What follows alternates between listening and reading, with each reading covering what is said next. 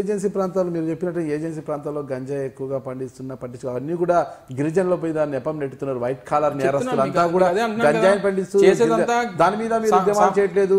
ఇటీవల కాలంలో పెందుర్తి ప్రాంతంలో ప్రభుత్వ భూములను పెద్ద ఎత్తున ల్యాండ్ పూలింగ్ సంబంధించి పెందుర్తి ప్రాంతంలో జరుగుతున్నటువంటి ల్యాండ్ పూలింగ్ కానీ భీమిలి ప్రాంతంలో జరుగుతున్నట్టు ఆల్రెడీ నోటిఫికేషన్ ఇచ్చినటువంటి భీమిలి ప్రాంతంలో ఉన్నటువంటి ఇది కానీ చాలా పెద్ద స్కామ్స్ అవి. దాని మీద చేశారంటారు అవన్నీ. నేను పర్టికులర్గా నేను హైదరాబాద్ సెంట్రల్ ఆఫీస్ నుంచి మాట్లాడిన రోజు హైదరాబాద్ నుంచి నేను ఆ రోజు ప్రూఫ్లన్నీ పట్టుకొని మాట్లాడిన మరుక్షణం ఉడా వీసీ మేము ల్యాండ్ పూలింగ్ నిలిపేస్తున్నాం అనేటువంటి మాట చెప్పారు. మాతో పాటు ఆ రోజు విష్ణుకుమార్ రాజు గారు కూడా ఆ సబ్జెక్ట్ని లేవనెత్తారు. ఆయన కూడా పార్లమెంట్లో అసెంబ్లీలో ఆయన కూడా మాట్లాడుతున్నారు. ఇవన్నీ కూడా ఈ విషయంలో ఈ భూముల దందా విషయంలో అంత ఎవరున్నారని మీ అభిప్రాయం? స్థానికంగా ఉన్నటువంటి మంత్రులు ఎవరున్నారు మా మంత్రులు? గంటా శ్రీనివాసరావు గారి గురించి స్వయంగా ఆయన పత్రిక కదా మాట్లాడారు, మేము మాట్లాడలేదు కదండి. ఆయన మంత్రివర్గంలో ఉన్నటువంటి మంత్రే మాట్లాడారు. మేము మాట్లాడామనుకోండి, పోనీ ప్రతిపక్షంలో ఉన్నారు వీళ్ళు అపోజిషన్ పార్టీ వాళ్ళు ఏదో మాట్లాడేస్తున్నారండి. స్వయంగా ఉన్నటువంటి మంత్రులే మాట్లాడుతున్నారు.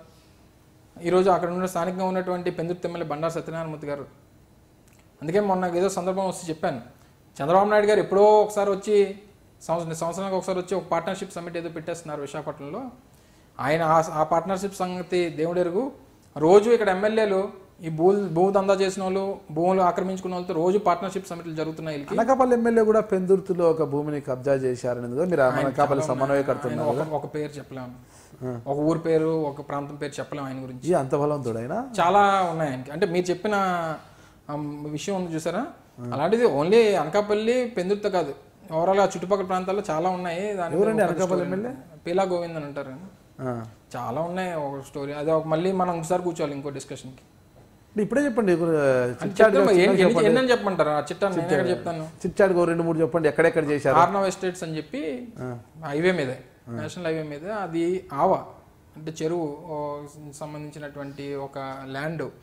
ఆ చెరువుకి ఆ చుట్టుపక్కల ఉన్నటువంటి పొలాలన్నిటి కూడా వాటర్ వెళ్తుంటుంది. దాన్ని ఏం చేశారు, దాన్ని మట్టితో కప్పేసి రోడ్డు ఫామ్ చేశారు. లోపల కొన్ని భూములు కొన్నారు, కొన్ని గవర్నమెంట్ ల్యాండ్స్ ఆవా ఇదంతా కలిసి ఉన్నాయి. ఇదంతా ఆక్రమించేశారు.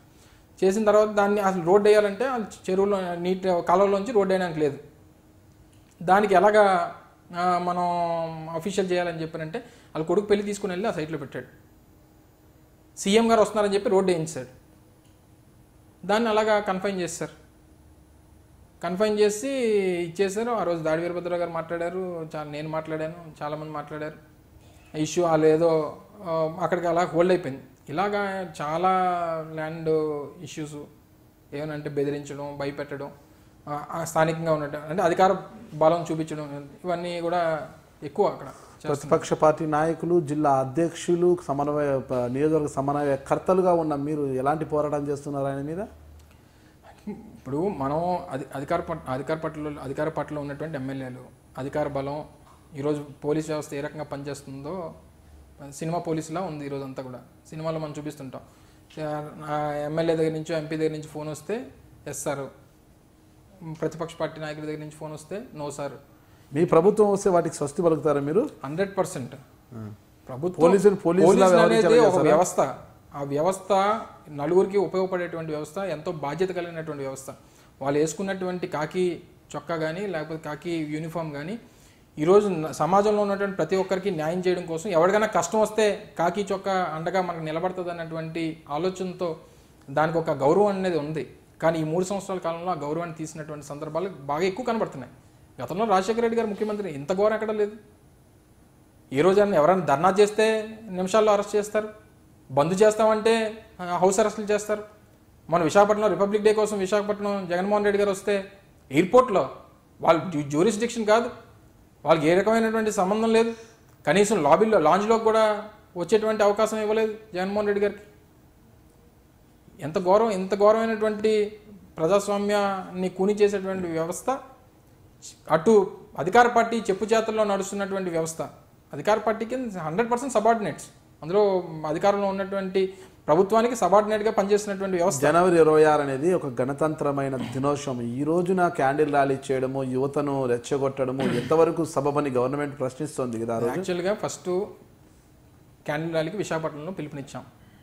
ఉదయం పూట జనరల్ ఫ్లాగ్ హోస్టింగ్స్ అన్నీ జరుగుతాయి. ఆ రోజు నిరసన అనే మాట ఎక్కడ కూడా అలా కొవ్వొత్తుల ప్రదర్శన అన్నటువంటి మాట మాట్లాడాం. కొవ్వొత్తుల ప్రదర్శన అన్నటువంటి మాటను మాత్రం చెప్పాం. నేను లెటర్ పెట్టాను పర్మిషన్ కోసం. లెటర్ పెడితే అక్కడ ఏం జరిగినా సరే మీదే బాధ్యత అని చెప్పి మీరు కన్సెంట్ ఇస్తారని అడిగారు.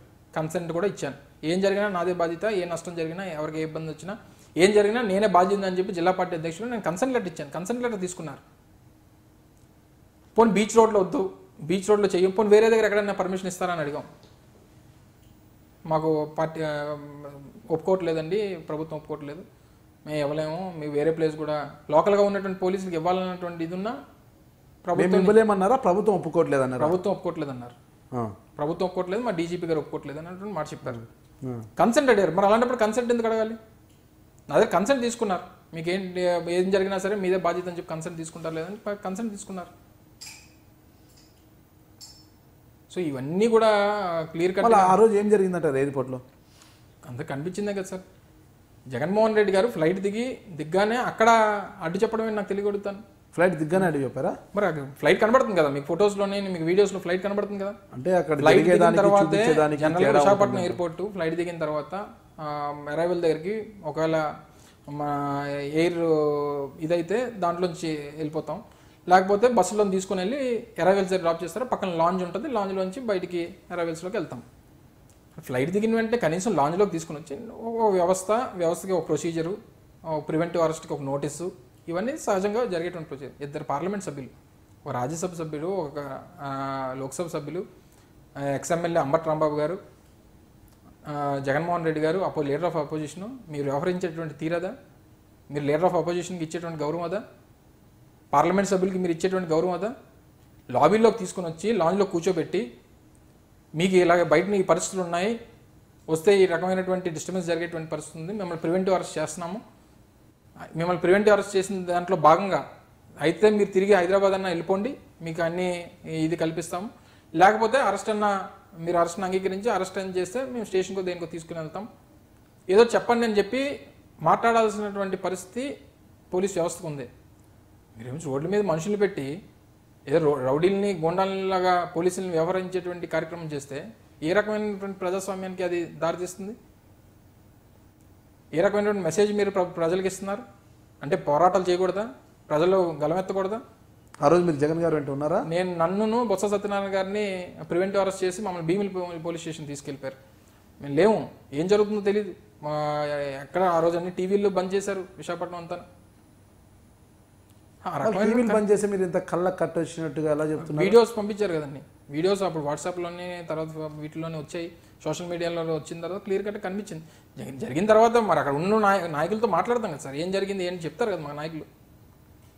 మీ నాయకులు చెప్పినదే కరెక్ట్ అని ఎంతవరకు వాస్తవం చెప్పమనండి, పోలీసులు కూడా చెప్పమనండి తప్పని. తర్వాత మరి అలాంటప్పుడు పోలీస్ కమిషనర్ గారు వచ్చి ఎందుకు leader of the opposition Jaganmohan Reddy గారు సారీ చెప్పారు?